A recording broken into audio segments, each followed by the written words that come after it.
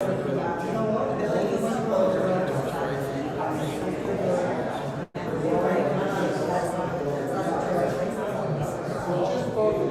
I move this down to see if you got enough light on the subject there?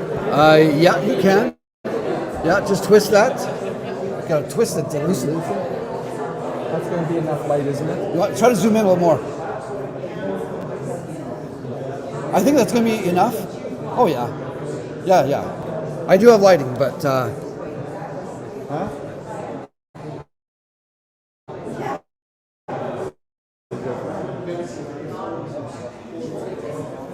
So how many minutes we got left?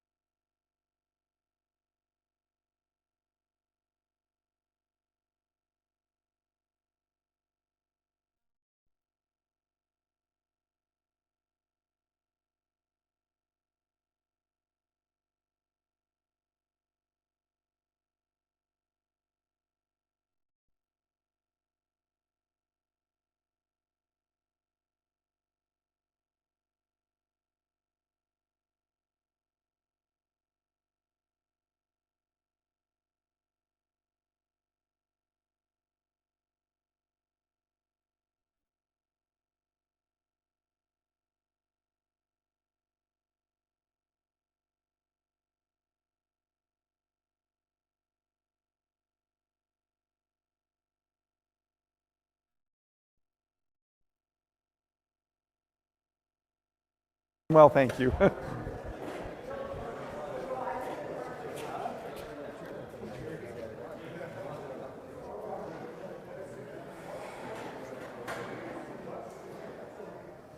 Okay. Can we get you to sit down because we got our camera here and it's going through. Oh, you're going to spoil all the fun, Well, don't you? you can stand over there. You I'll just go can't over stand there. here. Thank you. Just sneak. Well, either way. Okay. All right, I'd like to thank everybody for coming this evening. On behalf of the CA for Brooks Medicine Hat, I'm Clayton Ratcliffe. I'm the president for the party down here in the riding. Thanks everybody who showed up today, tuning in live. We're all here for a reason, maybe not the exact same reason, but the way things are going, not just in the province, but certainly the country.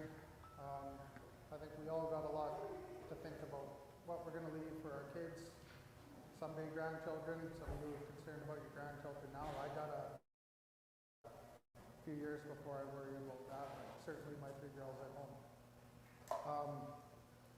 I'm not sure the way things are headed, we're going to have much of a chance to have this opportunity to change things again.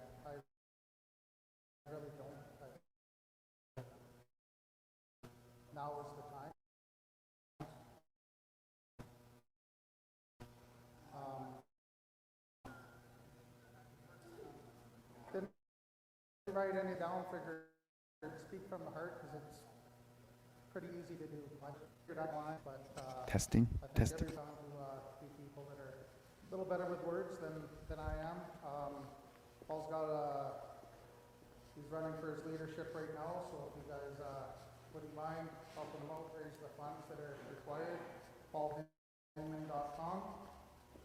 Thank you very much for being here, and Make sure you put the mic up closer. We're hardly picking up the mic, so put it up higher. Thank you, Clayton. Thank you very, very much.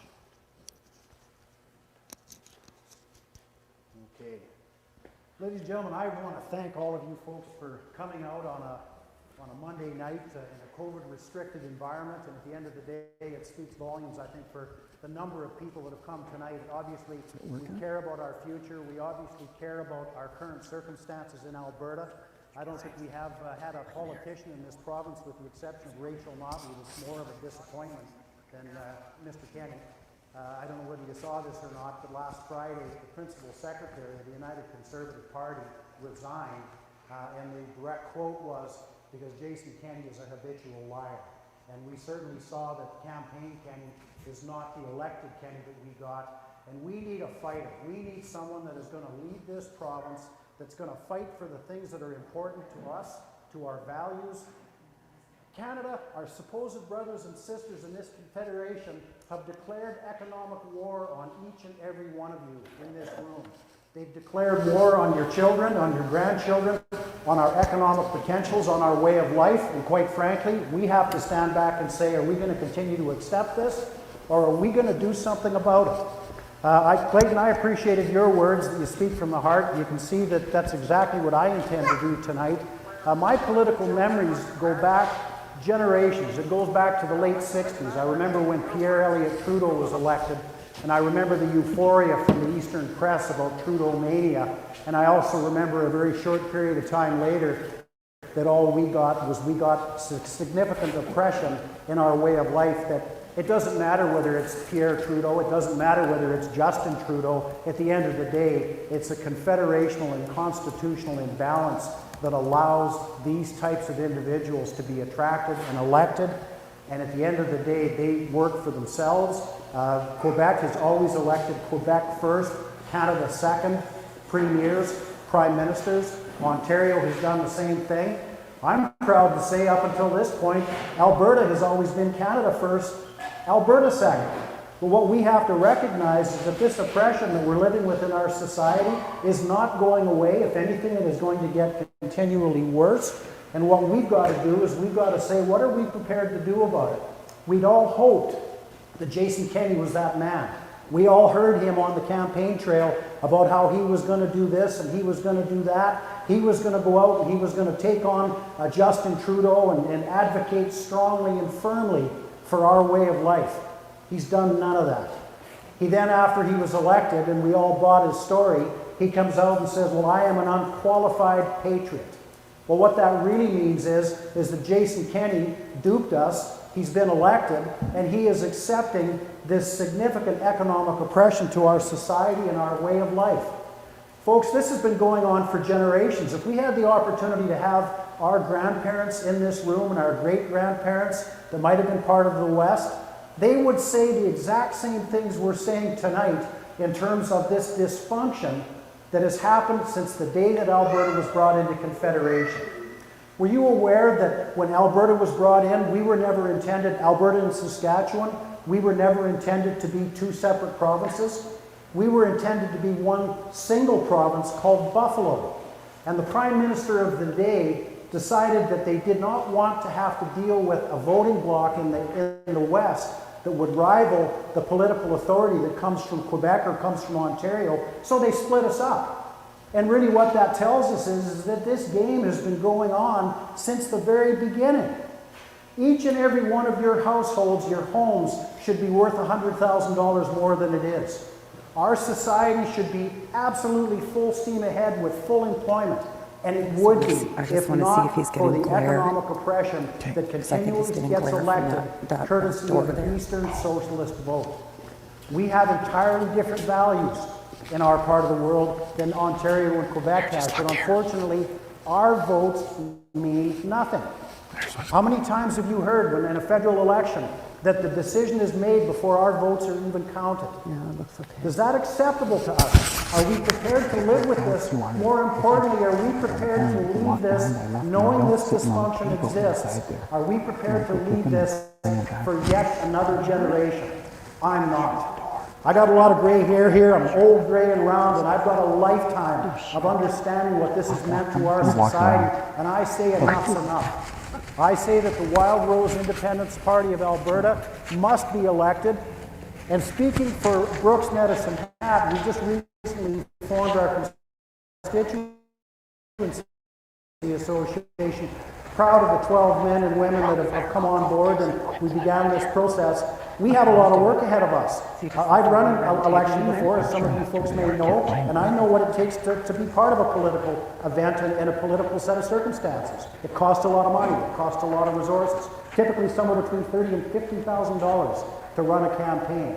And if we're going to be successful, we've got to begin right now. I hope you guys can hear this okay. Thumbs up on the mic? Okay. So when it comes down to it, we've got to decide, again, are we prepared to leave this, or are we prepared to do something about it? If everybody in this room tonight, if you leave here, one of the things that I would ask you to do, if you like what you hear, talk about this.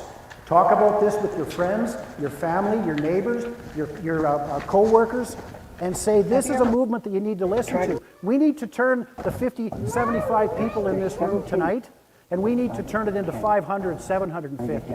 When we're done that, we need to turn it into 5,000, 7,500. When we're done that, we need to cross a threshold of 25 to 26,000 eligible voters in Brooks Medicine Hat. It's going to send a Wild Rose MLA to the legislature in Alberta, and who are prepared to advocate for the things that we're talking about here tonight.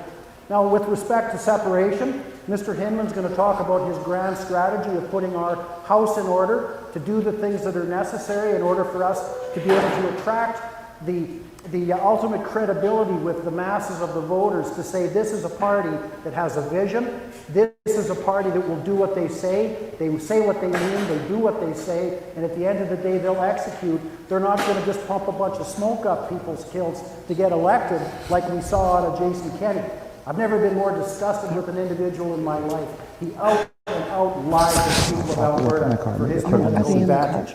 Now, with respect to the vision of what we could become, there's been clear and sober minds that have done economic evaluations of what an independent Alberta would look like.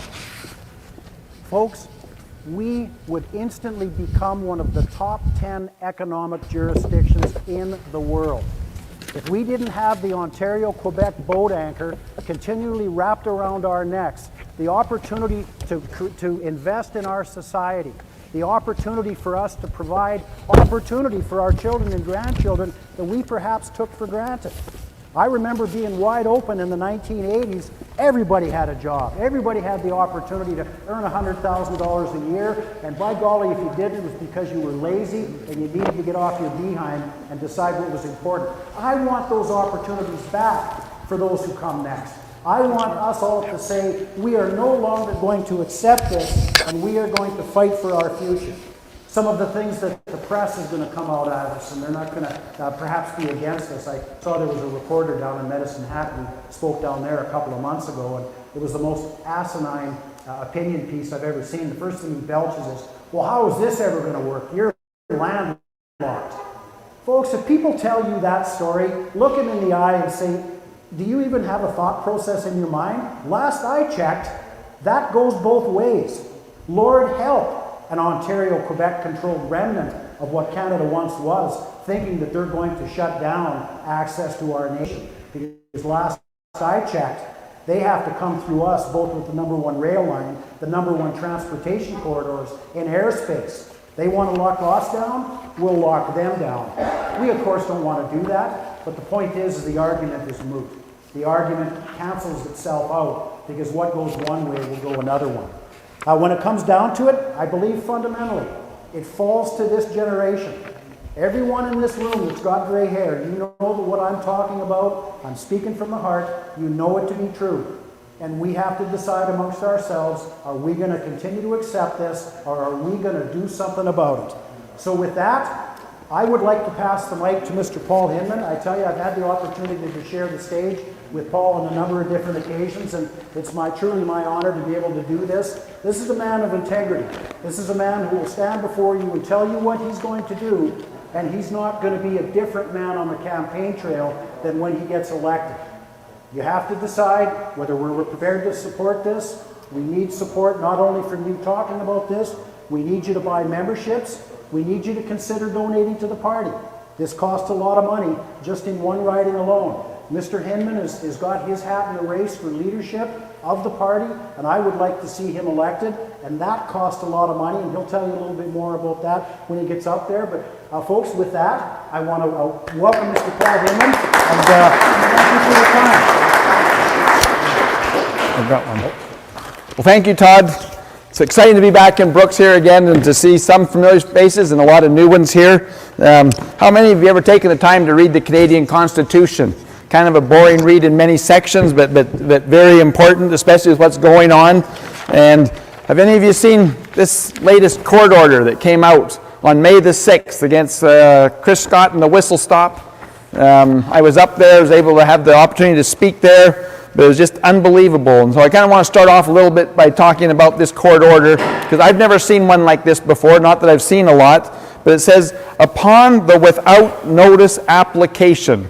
So basically what that means is that Chris wasn't told about it, he couldn't be there to defend himself or argue about it, but without notice application and upon noting the records of the decision issued by Christopher Michael, Officer of Health, so the Chief Medical Officer they're talking about, but they went and made their persuasion to the judge, no evidence, nothing else, and the judge just says, well, because you're the chief, because the emergency, go ahead and issue the warrant to arrest Chris Scott if in fact they carry out what they're planning on doing. It's just reprehensible. It's unacceptable. And again, I just spoke with Jessica, his girlfriend, just before I got here. She is not from him all day today. I don't know if you saw, but Mr. Pelowski relayed, Chris, we haven't heard. We don't even know where he's being held right now. And again, it's just unbelievable. Don't know what's going on, but it's unacceptable. And all of this has happened since I decided to get involved with the Wild Rose Independence Party. And boy, has things ever spiraled out of control in the last year and a half. 19, when Jason got elected, I was excited. I thought that I'd never be involved in politics again. We had an individual that spoke all the right words, been involved, understood what the fight with Ottawa was about. I thought, wow, we're in good hands here. Don't need to worry anymore. But boy, from my highest expectations have become my biggest disappointments. And I think that's, would everybody agree with that? Their biggest disappointments? Yeah. And so I'm here tonight not wanting to be, you're here not wanting to be, but if we want a better future for ourselves, our children, our grandchildren, you're the ones that have the courage, the understanding, realizing that we need to do something. And so I want to back up a little bit and talk about the importance of good government and why we need to get involved. But we have two problems with what I want to call the Canadian Constitution, the 1867 and the 1982 Act, that allows for the problems to continue and to amplify and cause greater problems. But inside that Constitution, there's this idea of redistribution. There's this idea of divide and conquer, this idea that the majority gets to rule over the minority, and it's perfectly legal. It's called legalized plunder. If the rules of law are such that the majority votes, then it's okay. And just scanning around tonight, we got a pretty good representation here, but I actually think that the ladies are outnumbered. And so in a democratic process, we could say tonight that, you know, we're all going to go out to eat afterwards, and the ladies are going to have to pay, all in favor. And if all of the men jump on side, come on, guys, put your hands up there. The ladies have to pay tonight.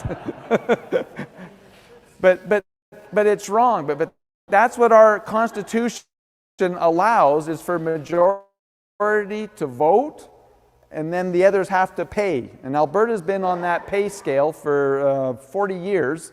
And in the last 40 years, we've sent out over $630 billion. And we basically have an annual membership fee of Canada of $20 billion that we can't afford. We've got a $130 billion deficit here in the province.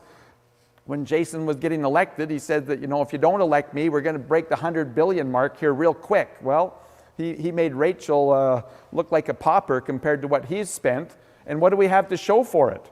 Do we have more hospitals? Do we have more schools? There's just literally nothing to show for it. I would love to know just what the PCR tests have cost the province, that alone. So anyways, there's two problems. One is this idea of divide and conquer. Majority vote, it's okay, we can go with that. And along with that, though, is the idea that there's no limit saying that governments have to balance their books. If you don't balance your books and you run a deficit, hey, that's okay. We'll pass that on, not to the neighbors, but actually to our children and grandchildren. It's a nice thing to pass on because we're doing all this for them. It's just a load of hogwash. It's not true. It's selfishness. It's political pandering to buy votes at the expense of our children and grandchildren that will not be able to pay off that $1 trillion of recognized and $2 trillion of unfunded liabilities that the current government has on its books. And so not having to balance the budget, being able to have a divide and conquer lawmaking system has been to our detriment. But the biggest problem on all of that is that we go through 4 years of tyranny every time. There's nothing that we can do. Rachel was in there for 4 years, and we moaned, we groaned, we complained. There was nothing we could do. Jason's in there. We're going to go through 4 years of problems, nothing we can do. He insulted Albertans by saying that he's going to keep his word by passing recall legislation, but it's a joke. Don't know if you've read any of it, but it's an absolute insult. It's like saying, oh, you're welcome to come into my office here. I'm going to give you a lot of money, but I put up 2 big guard dogs here that are going to chew your head off if you come close to them. It's the chances of someone being able to recall him, I would say, is about 1 in 100 because of the way he set it up. But I want to say the number one thing that you can count on with a Wild Rose government is the first bill that we'll pass is one of accountability of recall. I've ran and been elected twice. Both times I told the people at the door that Paul Hinman will be accountable to the voters. Don't need to have legislation. If 20,000 people vote in an election, which is about the average in our CAs, it would take 50% or 10,001 signatures to fire Paul Hinman, and that's what it will take to fire any Wild Rose MLA. We need them to be accountable 24/7 to the people, not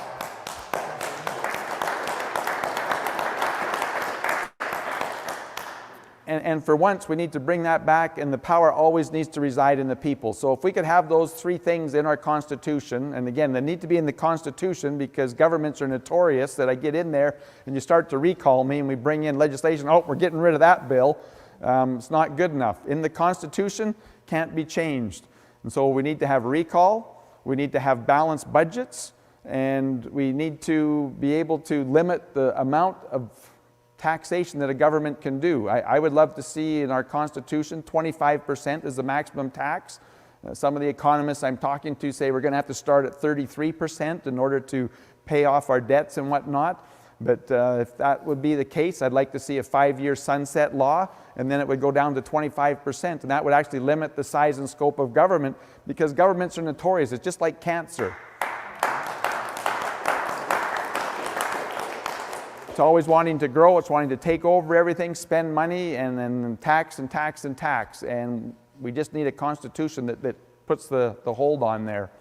But it's exciting to be here, though, and to see people that realize how important this is. I was up at the Whistle Stop speaking on Saturday, 1,500 people. It was just, it's fun and nice to be back where you can see people and smiling and participating, heads nodding instead of talking into a screen and wondering who's out there. It's very difficult to reach out and to communicate. But there's about 6 steps that we need to do in order to set ourselves up for a referendum on sovereignty. I am very much of the belief that Canada is a broken, dysfunctional country, the $1 trillion debt plus. we'll never be able to pay it off. They're looking at us to pay that off. It's an impossible feat. And so I'm even more apt to be a sovereigntist now than I was a year ago. And again, the debt is what's adding on to that. But the number one thing that we need to do is to create the Alberta Revenue Agency. And we need to collect all of the taxes here in Alberta by Albertans for Albertans, and not be sending it down to Ottawa and then be beggars and saying, you know, please, sir, can we have some back? Number two, we need our own provincial police force that is governed by an elected civil body. Can't be accountable to the politicians, can't be accountable to bureaucrats. We need civilian oversight of elected people that can actually be recalled if in fact they're not directing the police. The police, I don't know, I guess you could say they're in a no-win situation. Dr. Dennis Modry, when he spoke in Mirror on the weekend, he talked about Martin Luther King and the importance of civil disobedience on unjust laws.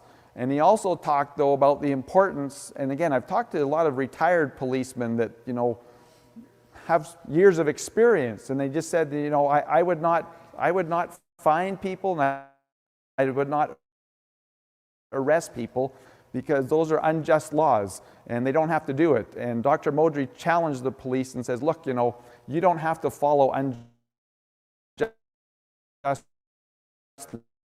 laws, and you can say no to that. And again, when you have crimes against humanity, when you have soldiers or whatever that have acted under direction and it's crime against humanity, following orders isn't good enough. You have Dr. Henshaw, and I guess I'll say the whole stream of others, all the UCP MLAs, because they're not speaking out. These are crimes against humanity.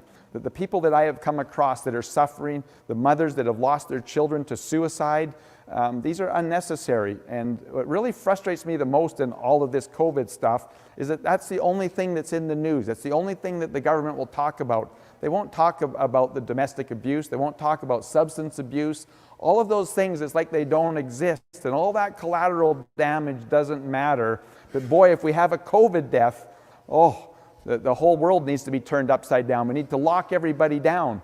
This has never been done before in history. This is a new, and it's unacceptable, and we can't even get people to have their day in court. It's unbelievable to me that Chris, again, went through another day, didn't have his day in court, didn't get to defend himself before the arrest, and yet they're saying it's okay.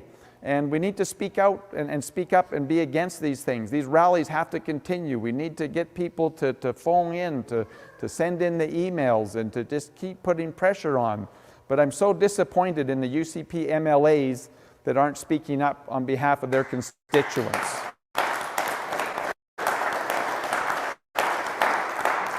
I've sent them 2 emails in December and January asking them to sit as independents until Jason Kenney removes the province-wide lockdowns. Didn't hear back from any of them. Called a few and they said, oh yeah, I see that email. Oh, I didn't really notice it.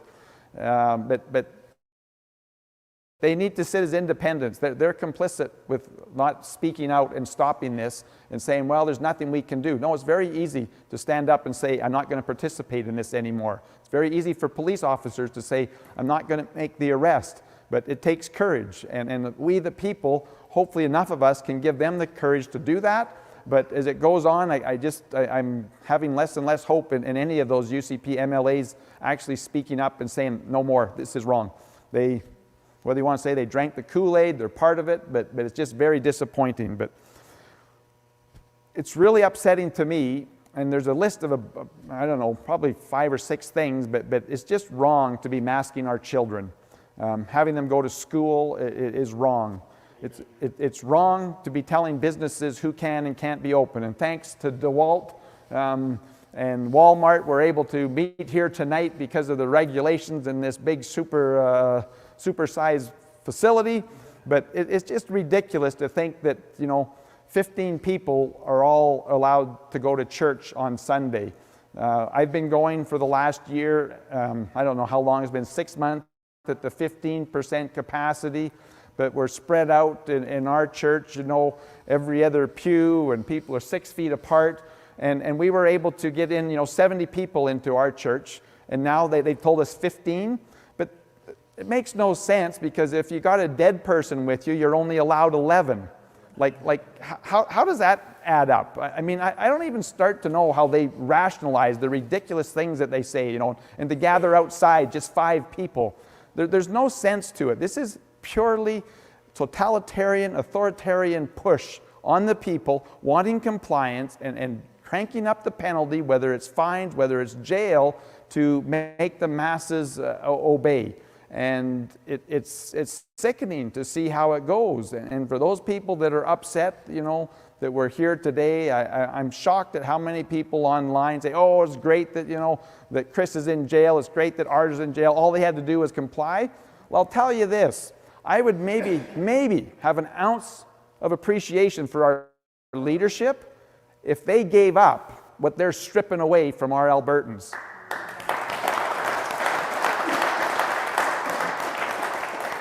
If you want to lead by example, then Jason and Henshaw and those UCP MLAs, go down to 0 income. That's what you're doing to too many Albertans. And they have expenses on top of that. I talked to one restaurateur when I was up north, $750,000 mortgage. He had 30 employees back in January of 2020. He's got 3 now. He's got $1,400 a month municipal taxes to keep his facility open. And then when they shut down a week and a half ago or whatever it was, 2 weeks ago, it says, oh, only outdoor patios, which again makes so much sense, Mr. Premier. So proud of your intelligence and the way you figure these things out. I couldn't figure that out. But he sent his employee to Edmonton to pick up a tent. $3,500. Got it set up. Everything there. Guess what happens? Bylaw officer comes by and says, hey, you don't have a permit for that. You got to go get a permit to have that tent. Are you kidding me? A few $100s. Gets the permit. You'll never believe it. The safety compliance officer sees that, whoa, that tent isn't certified. You've got to go get it certified. Cost him over $5,000 to put that tent up. And now he's shut down and he can't even use that. But this is just unbelievable that we have these heavy-handed individuals, these power mongers, that are destroying people's business, their lives, their family, and they just shrug it off like, oh, it's okay. There's some evil people in history that says, one life lost is a tragedy, but 1 million lives, that's just a statistic. And I'm just sick and tired of Jason and Henshaw getting up there and saying, oh, these are the statistics, these are the statistics. Well, I've met 2 mothers personally that lost their sons to suicide since this happened. They're not statistics. These businesses that have been shut down are not statistics. And for them to say that they can justify because of their fancy statistics on the number sheets and saying, oh, if we keep people down to 5, we're going to be okay, it's garbage. We can look around the world where the lockdowns have not been taken effect. And what do you see when you superimpose the 2 over? How many sick people and everything else? You can't distinguish one from the other. But yet, is that in the news? Again, the different cures that are being used around the world and seeing significant ivermectin, hydroxychloroquine, vitamin D. Do we hear any of that?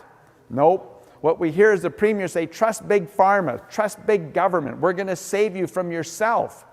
Line up, take the jab. Oh, it's safe. I was looking online again the other day, over 3,000 people have died shortly after receiving the vaccination. There's no informed consent. They just want you to take it. These are all things that are wrong, and why you need to have a government that you can recall and fire them. This idea that they have 4 years of tyranny is absolutely wrong.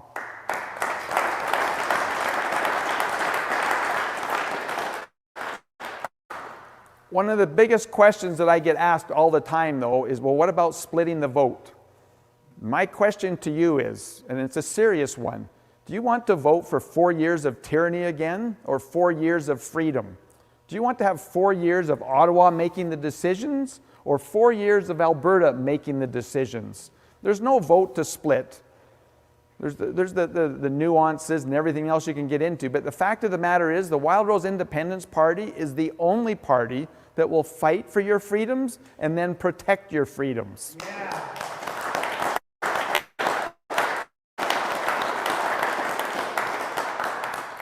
So I can talk way too long and I get long-winded, but the most important part to me is always the Q&A. But in closing, I just want to say that we can do this. Together we can do this.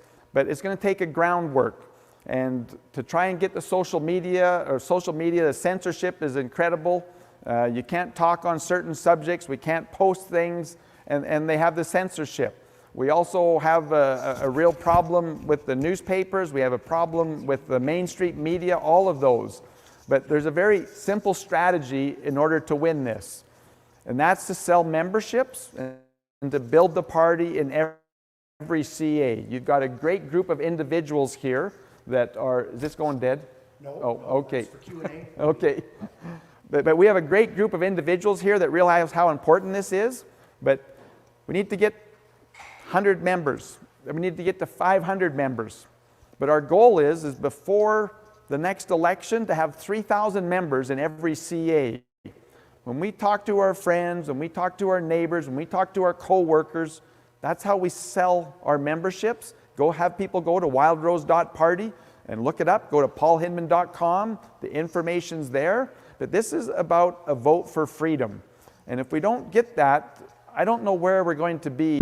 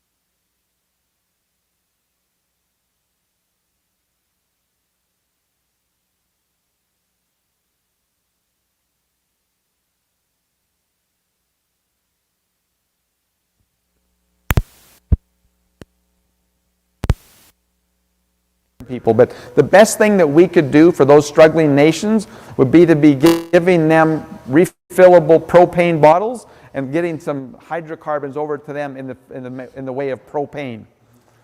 But without that, they're in a bad way. And hydrocarbons and what Alberta has contributed to the world is amazing. It's a modern miracle on how it enhances life and the quality of life. And again, when you look at and start counting all of the products that we have, out of 1 barrel of oil, there's over 6,000 different products.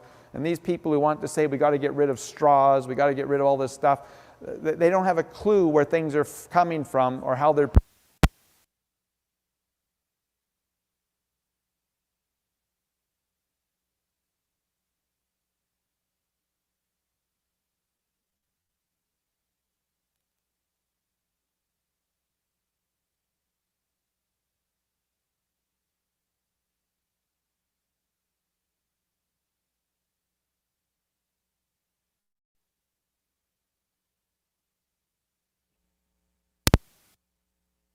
but thanks for coming out.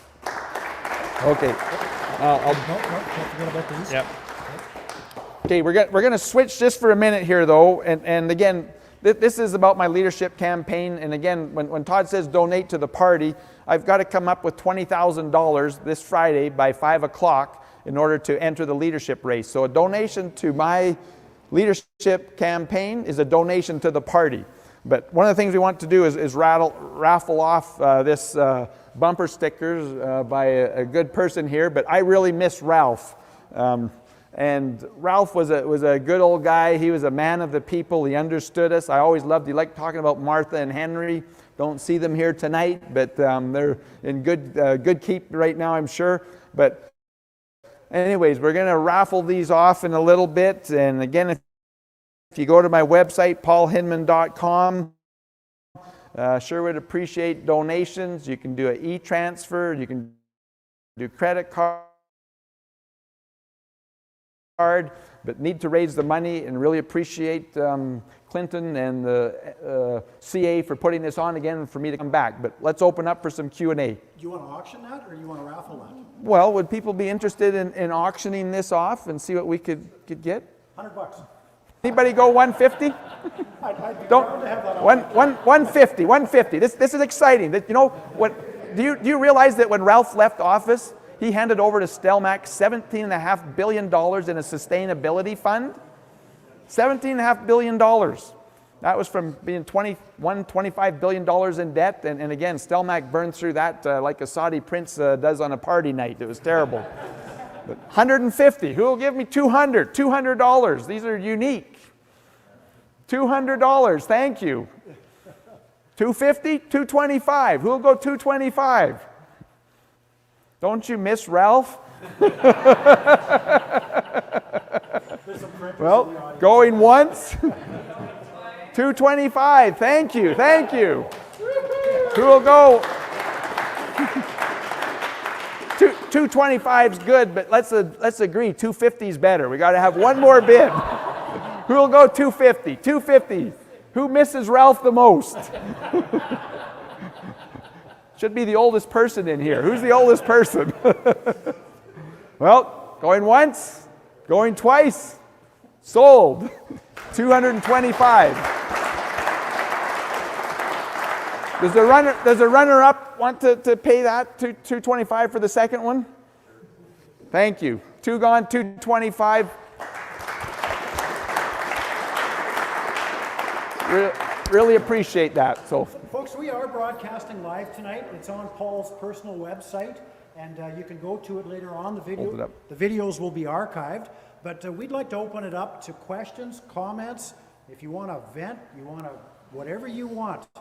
Grab the mic, raise your hand, and I'll bring it over to you. And we'd be delighted to answer any questions, and we'd be delighted to hear anything that you might have to say in terms of where we're at in Alberta, in terms of where we're at in Canada. Any questions? Can I pass this on to anybody that might have something to say? Okay, I got to go walk back here. Yep. Big shop, all spread out. Last time I seen you here, Paul, I forgot to ask you about citizenship and how that would work. How would citizenship work? Well, first of all, it would be up to people who wanted to join. If someone didn't want to be part of our sovereign nation, we're not going to force them to do that. And I guess that kind of just sums it up. You got to be an Albertan, be here, got to be contributing, and vote to say yes, want to be a sovereign nation.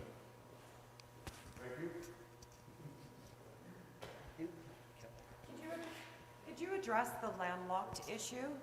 Okay. Been asked about the landlocked issue, just in case that everybody can't hear it or online. A lot of fear-mongering has been going on saying, oh, we'd be landlocked. Well, actually, we are landlocked, Premier Kenny. And to think that we would be in a worse situation, right now we're landlocked by a country that has the authority to say whether we can or can't go out there. If you actually look here in the Constitution, it says in here that we have the right to sell our products and to get it out to the world, and that provinces can't block other provinces. It's not followed. And a lot of people say, oh, that's constitutional, you can't be doing this, you can't be doing that. Well, they don't follow the Constitution when they don't want to, and we as Alberta and the Wild Rose government, we're not going to be worrying about that. The fact of the matter is that a sovereign nation under international law has a right to get their product to Tidewater, and other countries can't block it. But you got Switzerland, you got Austria. There's lots of wealthy nations that are out there that are landlocked, that have access to the world, and we would be in a much better situation if we were a sovereign nation than a landlocked province where our government doesn't respect our Constitution and actually blocks us, and we have no authority because we're not a sovereign nation. But hope that answered your question. Folks, just never forget this. Never forget this. We are an energy superpower. We are on par with Saudi Arabia. We are on par with some of the most wealthy nations in the world. Quite frankly, my separatist movement doesn't just include Alberta. It includes Saskatchewan. It includes mechanisms that will allow us to entice Manitoba, our north. At the end of the day, all it will take is for us to provide this leadership to go forward. You have to say to yourself, enough's enough. We must think and we must act strategically. Yep. Now's the time. Yep. It falls to this generation. Yeah, excellent, Todd. And I just want to add to that. You know, the Eagle Spirit Energy Corridor, Premier Kenney was working with them. Supposedly we're going to have access, but the Indigenous people have got together and they've got this Eagle Spirit Energy Corridor where they'd like to see 2 or 3 48-inch pipes going into Prince Rupert. I see it very doable that we can make those deals, but probably more important on talking what Todd was saying is I see this as a domino effect. Once Alberta votes to become sovereign, I see Saskatchewan jumping on. I see Northern BC wanting to join on with us. It certainly makes sense for Manitoba. I see the territories wanting to come on there. But it's like everything. Someone's got to take the first step, and that's the Alberta spirit to me. We're the entrepreneurs. We're the risk takers. When you see what Albertans have done historically, we're those ones that are out there trying something new. And to me, it's just exciting to have that opportunity to become a sovereign nation and to have those others that would want to join us. But I see Northern BC wanting to come on. The Lower Mainland, I don't know, they're kind of like Toronto. They're kind of lost souls. They don't understand the reality of life and the real world, and so they can become the island. But I just see a Western Canada strong and free, and just the sky's the limit on our economic opportunities with what we have for our land, what we have for our resources. We have what we need. We have great water. We have great opportunities here. Paul, I've got a question myself. So some of the criticisms of the party that I see on social media is that they feel that we're really not dedicated to this movement progressing to a vote on sovereignty, to put our house in order first, which is the adult thing to do, but our firm commitment to reaching that vote. At the end of the day, I'd like you to comment on it, Paul, and I'd like the audience to hear directly from you in terms of our commitment and your personal commitment. Appreciate that. You know, it's interesting, and I'm going to go on a segue here first, is that Wild Rose Independence Party is made up of free thinkers, and in the House, in the legislature, we'll have free votes. This idea of a party whip is ridiculous. You should have a caucus coordinator, and when you have an elected representative, he should be voting for you because he's accountable to you through recall. And so, going on the question that you know, our critics and other ones that are, you know, trying to run, say, oh, you're not really, you're not interested in sovereignty, you know, you're just talking about it. No, I do not see a future inside of Canada. But like any good individual, you have to take the right steps to become independent. You're not just a 14-year-old that doesn't even have a driver's license and you run out the door slamming and mad at mom and dad saying, I'm not coming home, and running away.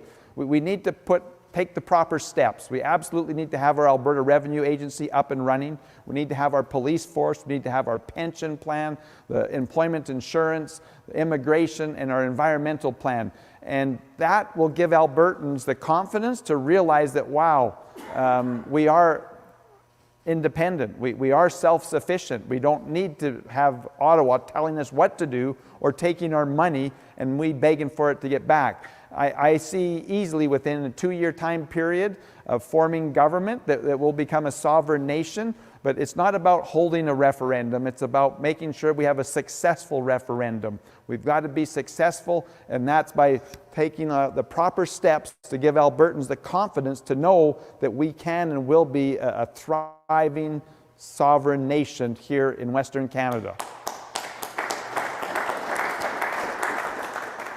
Folks, I've got the mic. Would anybody have questions, comments, suggestions? Question on immigration. Just on immigration, what's your thoughts on how you would handle it? Okay, the question is on immigration. Immigration has been a blessing. I mean, most all of us here are immigrants. I'm a fifth-generation Albertan, but immigrants have been wonderful. They've contributed. But the system that we have now, this open gates policy and people coming in when we don't need them, can't afford them, and going on public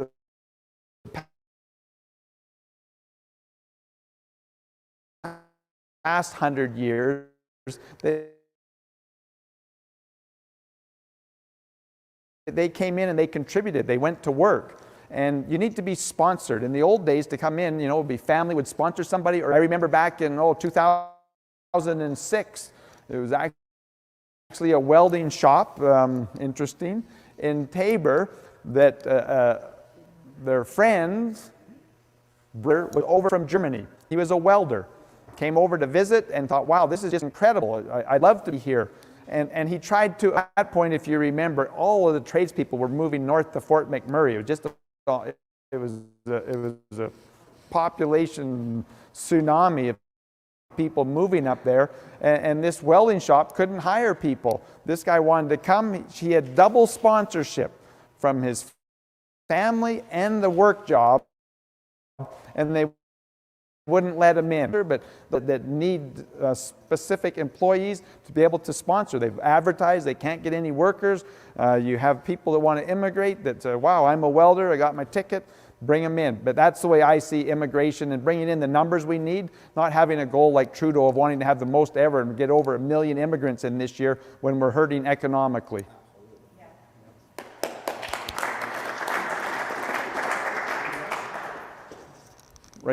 Right here.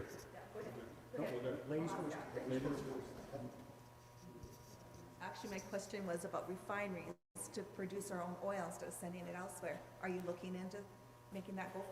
Yep. I'm not sure if you can hear, but she's asking about refineries and doing it here. The most disappointing point for me is back in 2008 when our premier said, we got to put a cap on our CO2 emissions and limited the size. We had five companies that wanted to put up refineries here in Alberta and build them up north because of our huge reserve of oil and gas. And our premier says, well, you know what? We're going to put a cap and we're going to only allow one. And he ended up allowing one in, and again, we paid for that, and it's not even a regular refinery because they make money whether the price of oil is up or down, and we just pay the $25 or $35. Ted Morton talked about it and said this would be the most expensive, liability for our oil and gas industry. But no, we need to open up the free market, not just oil and refineries. There's no reason, out east that they're wanting to shut down, gasoline engines. We need to bring in a truck plant, a car plant. We need to bring in Ruger and Savage. There's so much manufacturing that we will do here with an open and free market economy. And again, like I say, if Ford and GM want to shut down, not make any more gas and diesel engines, go ahead. But we're going to make sure that there's somebody that wants to produce them here in Alberta, so we still have that Alberta advantage, that Alberta spirit to get out there and do things. One of the most important things that I heard Paul talk about tonight is his commitment to taxation. It goes down under a Wild Rose government. It doesn't continually go up. I believe fundamentally, and I know Paul does as well, that $1 in your pocket, in your family's pocket, is a heck of a lot better spent than a government bureaucrat deciding how he's going to spend that dollar. So at the end of the day, Paul, I think it's hand in hand with what you just said, to create the circumstances to allow refinery investment. To add to your comments, Paul, the guy who's the head that runs the Canada taxation, he said that if the pension plan was, if Alberta pulled their pension plan out, employee contribution would drop from 9.85% to 4.85%. What a boon would that be to employers?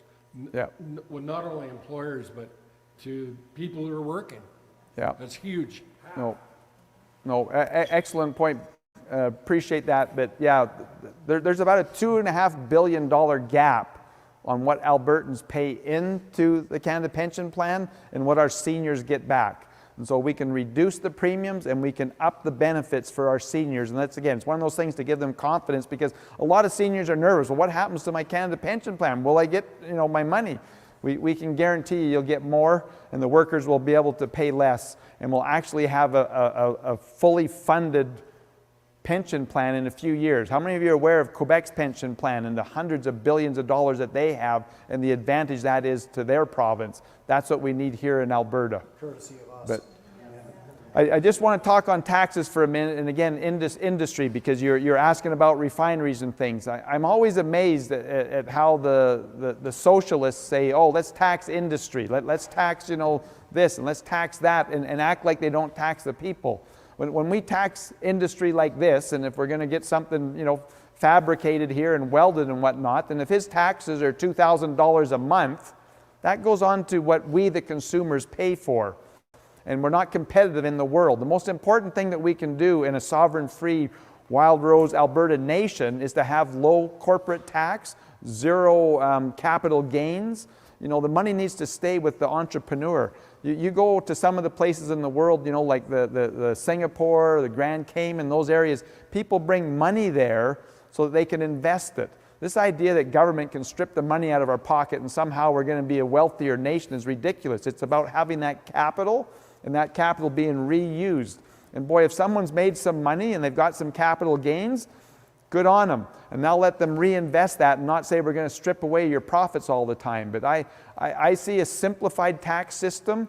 My preference would actually be just a consumption tax, so that people, when their income comes in, they can save, and they can, save their pennies to get something. And then when you go and you spend your money, that's when you would pay your tax. But we can have a simplified system that would just be a boom to the economy, and again, for manufacturers to come in and all those other areas, because we're not going to tax them. We're going to tax the actual products when they're being bought. I believe the most important thing that we can do is to deliver a competitive society and leave that for our children and grandchildren. When Ralph Klein used to talk about the Alberta Advantage, he was referring to the fact that at that time, other than our exceptional people resources, we had the cheapest energy utility costs in the North American grid. Yep. Our electricity was 2 cents a kilowatt hour. The natural gas to heat our buildings and drive our industry was reasonable. The cost of our gasoline was competitive. When it was all said and done, entrepreneurs that put people to work, that create things, they could see that if they invested and put people to work, that they were able to go ahead and keep money in their pocket. We've had damn fool governments, both provincial and federal, that have destroyed that competitive advantage, and Yep. we need to fight to get it back. Yep. We got Sheerness. Do you know how much is Sheerness producing? Are they running at full steam right now, or what? They shut the coal down, Paul, and they're now converting over to natural gas. And Lord help us when we go short on natural gas in this province, because our power bills are going to just absolutely become unsustainable. Look at what happened in Texas. If anybody says that it can't happen here, they really need to understand the precarious nature that we're marching ourselves into. Again, I use the words, enough's enough. A Wild Rose Independence Party of Alberta will fight for you, we'll fight for our future, and we won't stop. We'll do it with integrity, we'll do it with the best of intentions, and when we say we're going to do something, that is exactly what we will do. We're not going to come on the campaign trail like Jason Kenney and say one thing and become something entirely different. Well, and if we do though, and you're right there, is that they'll recall us. Fire us, Absolutely. absolutely. Don't have to worry about waiting 4 years. Folks, if you like what you hear tonight, we're just delighted that you were able to show up, buy a membership, make a donation. Paul needs to be supported in this leadership campaign. Please consider, to the extent that you can, or your friends, your neighbors, your cohorts, in supporting Paul. It's Paul Hinman. Paul Hinman, .com. CA's Canada. It's .com. .com, okay. PaulHinman.com. My VCR still blinks, Paul. So VCR, what's that? we're going to have memberships over on the trailer. And, I want to comment one other thing, because Todd's hit the nail on the head. It's our input costs that kill us. And this idea, governments are notorious for talking about sin taxes and taxing these things and trying to reduce it. Hydrocarbons is not a sin.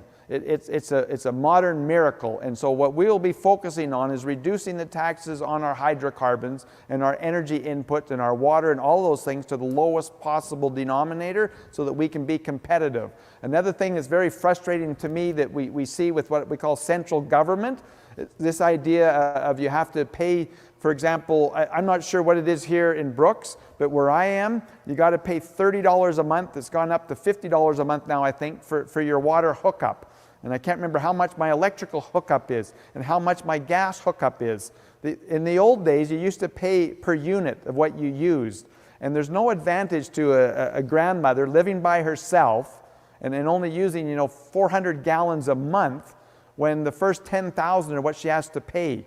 But a municipal government and everyone else, they know the total number of units that are being used. And for simple math, let's say that there's 1 million gallons of water being used, and or $1 million to produce our water and to clean it and everything else. Well then, and there's 1 million gallons being used, well then that means it's going to cost $1 a gallon.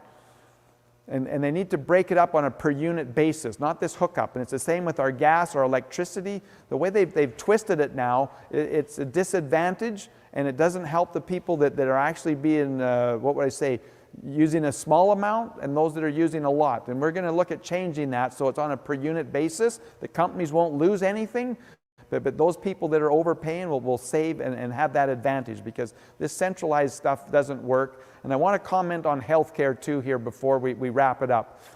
That it's just unbelievable to me. I've been involved in government, for 20 years basically. And when I first started back in 2000, we had hospitals that were overflowing and people couldn't get in. We had wait times. We had seniors that couldn't get into senior care facilities. These are ongoing problems that for 20 years, since I've been in politics, they talk about every year up at the legislature, we're going to fix these things. We have spent tens of billions of dollars this year. We don't have an extra ICU bed. We don't have an extra operating room. Nothing to show for that. We spent billions of dollars. We have in our healthcare system what we call global funding. And so the hospital here, they look at, what's their patients, what's the load, what do they do? And say, okay, here's $1 billion to run this hospital. And once an administrator's got that $1 billion, even, if we were to take this shop and he's told here's $300,000 a year to operate your shop, why would you want any customers to come in and get anything when you've already got your money? And that's what happens in our healthcare system. This global funding goes to the hospitals, and the administrators and everything else divvy it up, and then they say, okay, well, we can run the MRI for 6 hours, 5 days a week, because they've broken it up that way. It makes no sense.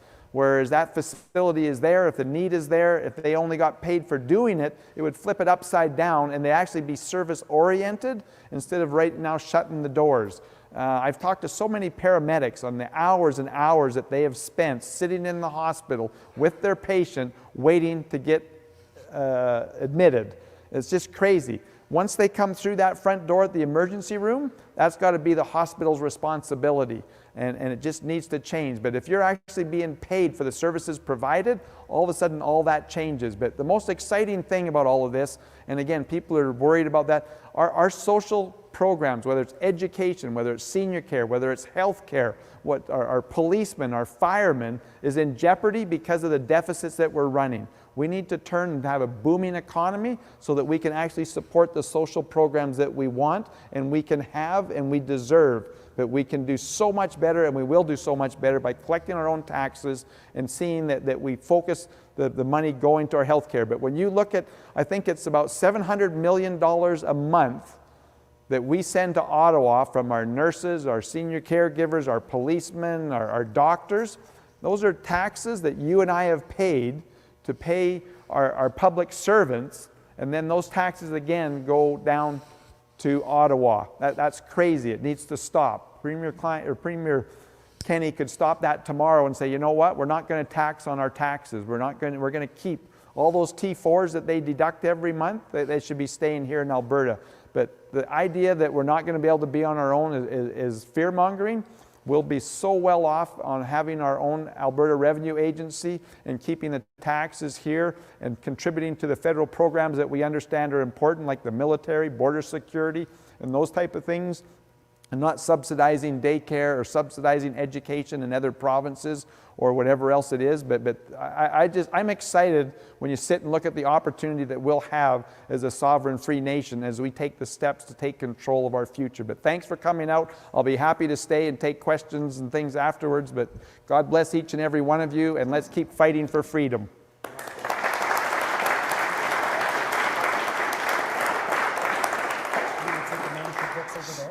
Sure, well, no, here or there, whatever. There's some bumper stickers up here that if you want to make some donations for some bumper stickers, sign up for membership.